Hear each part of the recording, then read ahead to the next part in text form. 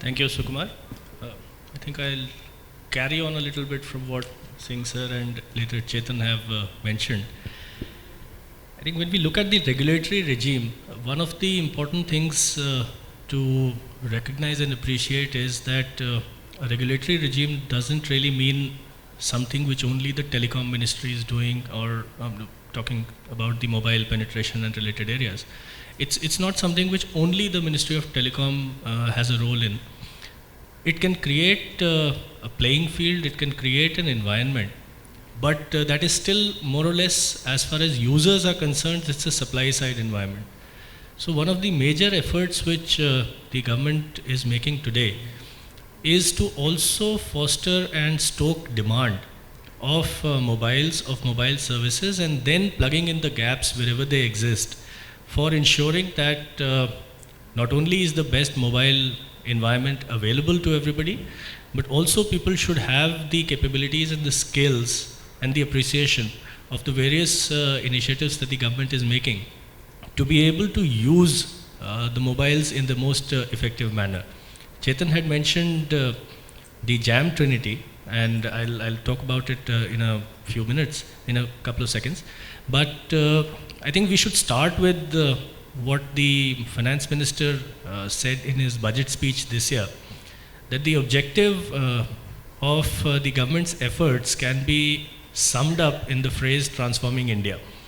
And in the speech itself, if you go back and take a look at the speech, so there are 9 different elements which are very clearly listed out, ranging from the economic measures to infrastructure, education, skills, health, and across the board activities which are going on. But it's very easy for something like a mantra like transforming India to also degenerate into an empty slogan. So to ensure that this doesn't happen, it's not only the Department of Telecom or the Department of IT which is working towards creating this mobile environment, but this effort has started almost across the government in all ministries, all departments, to ensure that while the supply side is being taken care of by the ministries which are technically in charge of the subject, but each ministry should also create an environment where the demand also comes from. And I'll give you a few examples of that. When we talk about the Jam Trinity, the Jan Dhan, the Aadhaar, the mobile, Aadhaar was hanging in the ether for several years.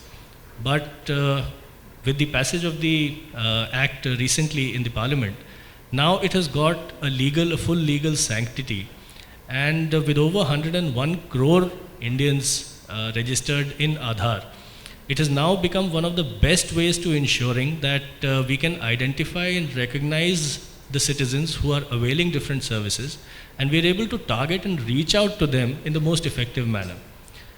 But reaching out to them and targeting them needs, of course, the other 2 aspects of the story. So we have the Jan Dhan and the mobile scheme. So one of the, I think, major initiatives made in this direction is that of, say, the government scholarships portal. Now, each individual ministry which gives out scholarships for various purposes has its own scheme, has its own procedures, has its own formalities to be taken care of. But then all of them across 11 different departments have been brought together into a single initiative, the National Scholarship Portal.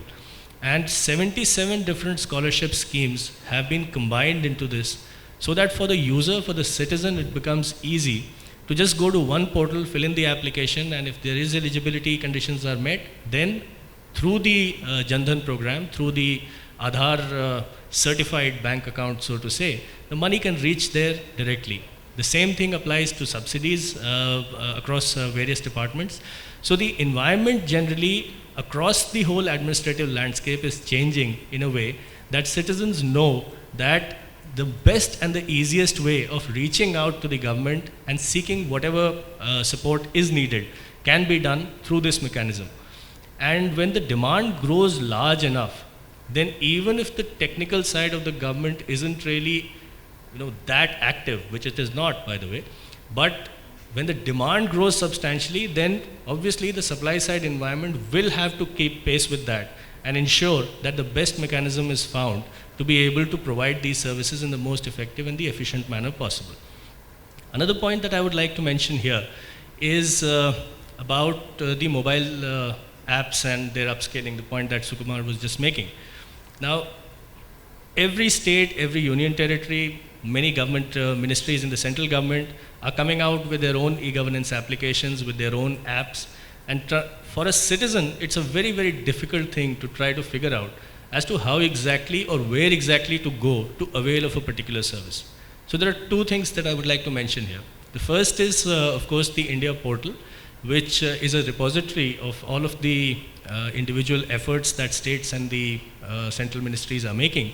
So you can go there and see, and this site is now being upscaled and upgraded so that it becomes a one-stop shop where anybody can go in and start looking for the specific way in which how these services can be availed of.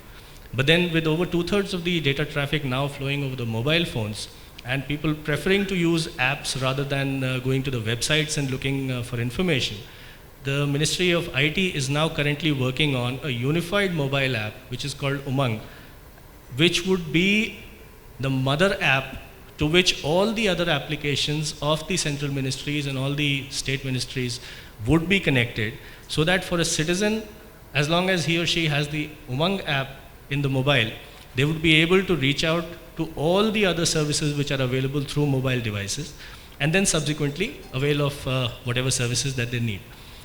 There are two more aspects that I would like to flag here, which are again not quite regulatory but more administrative in nature.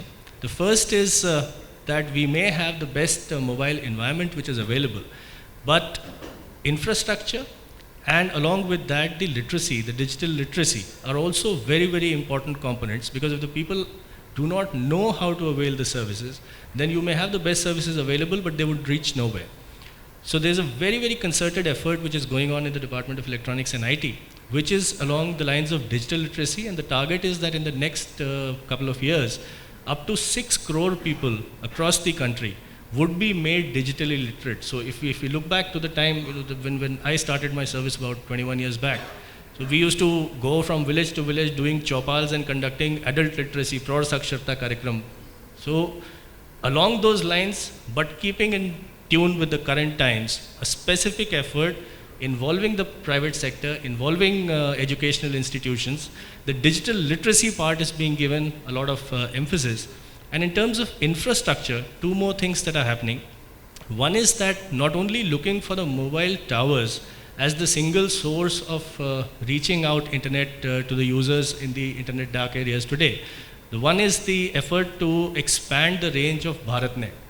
So what was earlier known as the National Optic Fiber Network. So under BharatNet, a very, very targeted approach towards quickly expanding the broadband connectivity across the country is going on.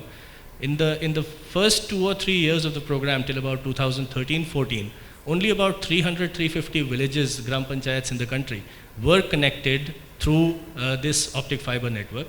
But in the last 2 years, the number of panchayats connected to this has already reached about 54,000, just under 54,000.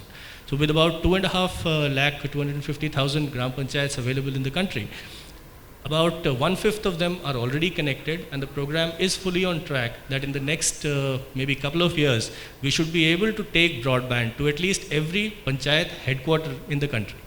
The second thing here, again related to the connectivity, is that the places which will take time to get the optic fiber network connectivity should not feel that they are being left out, and that mera number kab aayega kind of an approach ki, we'll think of you only after 2 years. So the alternate approaches in terms of say for instance using white spaces, the spectrum which is available with the television network. So using the white spaces to reach internet out into the internet dark areas is something that also the ministry is working on currently. And of course Chetan probably later can tell a little more about the Loon project for which you've been working with the Department of IT. So a multiplicity of efforts along all directions to ensure that there is a good supply of services, there is a good demand for services, and the citizens are capable and enabled and empowered to be able to use those services most effectively. Thanks, Gaurav. And again, I thought there were two very interesting points that he made. The first one was what he said about Aadhaar and DBT. And I know that Aadhaar is slightly controversial because at this point in time, when you speak of Aadhaar, you also need to speak about privacy, and I'm sure we will come to it at some point in this discussion, in the first part itself. But I think what Aadhaar and DBT have really done is to create a sort of pull for the use of many of these e-governance things that the government has done, right? I think consumers want Aadhaar. Many of them are realizing the advantages of DBT, so I think it creates a pull. And the Umang app, again, I think it's a good initiative because, as all of us know, real estate on mobile phones is very limited. People don't have, in the beginning, I think everyone downloaded hundreds of apps and then they discovered they were using 5 or 6 of them. So I think having one sort of mother app which looks at it will be interesting. I'm going to ask Balaji to weigh in on the regulatory aspect. Thank you, Sukumar. I think Mr. Singh he's one of the authors of the entire liberalization process. It started in 91, and what he talked about significant changes in 99 and thereafter in providing a landscape that fostered growth and innovation is very significant. He touched upon a few points, and other panelists have spoken about it too. I just thought I'll just expand a little bit on a couple of things. The fact is that you need to have a shared vision among all stakeholders. That is extremely critical, whether it's government, whether it's private sector, whether it's regulators, whether it's people that are in social sector, folks that are actually conscience keepers in the form of raising issues in social and in public domain, need to have a vision of what we want this nation to be. And the government, for example, has said the whole thing about Digital India, the need to connect the unconnected, JAM, all of those are elements to say that we just need to make sure that there's empowerment for all citizens. If that's the guiding principle, then a lot of, and by the way, it also, in my view, extends to judiciary, because that's the only way that you can actually move forward, because it's very easy to stop a process, but it takes a lot of conviction and collaboration in order to move a big agenda forward. And therefore, while the policies, I would say, by and large, cut the muster, it's very critical that the power of all actually gets together on the execution phase, because strategy is great, execution is where a lot of things get lost and the end objective is not met. So if I take a simple example just to illustrate the point, telecom infrastructure, in telecoms operators were supposed to have infrastructure status.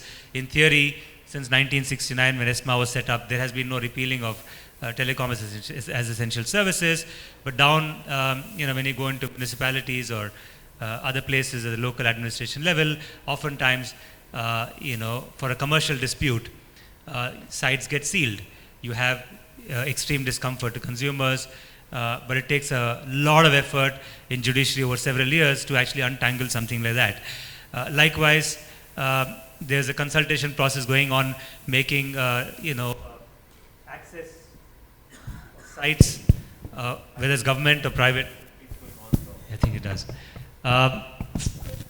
to be made mandatory. And on the other hand, you had just about 3 months back, the Urban Development Ministry come up with a very strange regulation which said that no towers could come up in residential area. Now imagine telling consumers that they will not get connectivity in their homes. It took us 4 months in order to get the whole thing repealed, because there's a process of reconsultation, gazetting it all over again, or making the changes necessary. But then we lost 4 months in the bargain when the intent wasn't obviously that. So essentially what I'm saying is the action on regulation needs to move from just the policy to the execution in alignment between central, state, local governments, in order to have broad consultations with people that have new ideas, whether it's the startup companies, whether those that kind of bring new innovations on the table, looking at the existing players and what their investments are and what could be a fair way to allow them to address new challenges and so on. So a consultation in that manner, in my view, would go a long way. The one point that Gaurav talked about on digital literacy, I absolutely endorse very much. As Vodafone, we always believed in the shared value of what is good for society is good for business, driven by the motto of connectivity for good. We are ourselves working with a lot of entities in government space, local, central and state, with strong players in the social sector, whether it's DEF or Pratham or Seva, all of them who are actually trying to get this whole literacy movement up. Because today, women in India have 29% access to mobile. That's a huge gap. For us, the old adage of you educate a woman, you educate a family and possibly a village is absolutely true.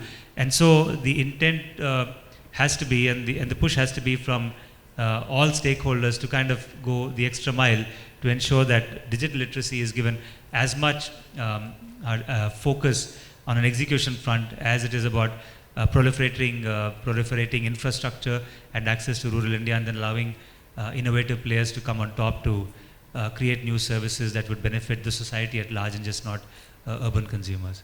Thank you. Thanks, Balaji. I think, again, a very valid point on the implementation of policy, because it's often where the rubber meets the road that there are all sorts of issues. And I mean, you spoke very evenly, but most telecom operators are tremendously anguished about what's happening over call quality, right? I mean, the kind of back and forth that's been going on. So clearly, there is some angst over that. So at the policy level, there's nothing, but then further down at the implementation level is where a lot of problems come. Parag, could we have your perspective, please? Yeah. Hello. Thanks, Kumar. Actually, I would like to basically expand on the aspect which was raised initially on the regulatory piece on the revenue maximization angle. You can't hear? Sorry, thanks. So I would like to expand on the revenue maximization piece, which is basically one of the major factor which is preventing the spread of mobile penetration or the internet connection in the rural areas, because as we already mentioned that we have 600 million mobile phones, and out of which 300 million are internet enabled. But with the adequate amount of speed, if you look at the mobile phone which really can give adequate internet, it's probably 1/3 of that, right? So we have a huge gap. And the biggest problem when bridging this gap are basically two. One is the device prices, which is the tool on which the internet is consumed. Another is the coverage, right? If the networks are not reached out to the rural areas, then it will be impossible for the rural population and the farmer out there to be able to use the service. Now, why the coverage is not reaching? Because as far as the device is concerned, we are working very hard and making sure that the technology is affordable, cheap, user-friendly, and Qualcomm has done a lot of work on this. That's why you see the device prices going down significantly, with 20,000 rupees LTE devices which were available 2 years back. Now you have 4,000 rupees. So to that piece we are taking into consideration. Where the challenge is the network coverage. And there, this angle of revenue maximization, I would like to basically throw some light on it.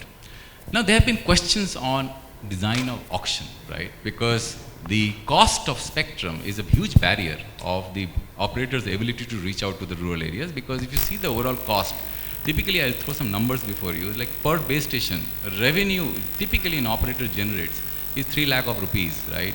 Now, if you look at an ARPU of 100 rupees, the amount of subscribers that they will need in order to have that kind of revenue will be 3,000 per base station. Very difficult to achieve in the rural areas. The cost on spectrum and license fee on the 3 lakh rupees of revenues that get generated per base station is more than 40%. So you can imagine the amount of cost on license fee and spectrum. Now, the reason this is happening is because not of the auction. Auctions are the most transparent way of assigning spectrum resources. And there are no other ways. Like, think of a situation, you have a small amount of commodity, right, on spectrum, and there are multiple players seeking it. Can there be a transparent mechanism other than auction to assign the spectrum? No, it can't be. So the auctions are necessary. But the main point here is the design of the auction. Creating a framework on which the bidding that happens is not an unnatural bidding. It's very important to understand that. And you have to basically go through the auctions that has taken place since 2010 till 2015. You will see that it has been a very insensitive auction, right? And the reason I say this is that I'll give you some specifics so that, you know, it's not going to be rhetoric, it's just specific. look at the auction design and see when the operator is bidding in the spectrum auction, was there visual, very clear clarity on the quantum of spectrum which is going to be available in future? There was no clarity. So the quantum of spectrum that was available in the auction that was the only spectrum that was available at that particular point of time, with no clarity how much is going to be available in near future, no roadmap for spectrum availability in future. So what the operator will do? He will bid, in a very desperate manner. So this is one problem. The second problem is that if you look at the renewal auction, right, where the business continuity was an issue, there was not sufficient spectrum in alternate spectrum band in order to migrate the operators. So operators actually bid, very, very high amount at the renewal auction because the businesses were supposed to get stopped if they were not able to win back spectrum. So I would like to again re-emphasize the fact, because I have seen the auctions very well, I've studied the auction thoroughly.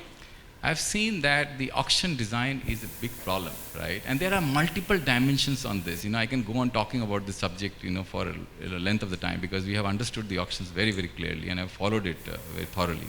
So this is one of the major aspects which the government actually has to take into consideration. And one last thing which I would like to add on auction. Look at the way the spectrum has been priced in the near future. The 700 megahertz price and the whole point about linking the reserve price of spectrum with the last reference price. Now if you go to the stock market, you will find that the players who are bidding in the stock market for stocks, they may commit mistakes, right?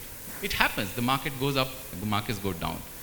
But a competitive player, right, or a competitive broker, if he wants to enter the market, he gets an opportunity to enter the market at a lower price, right? But in the case of spectrum, the reference price are always set for the last auction. So if anybody has committed a mistake, the other players, right, who wants to bid in the spectrum auction has no way to get the spectrum at a lower price. So what are you going to do about it?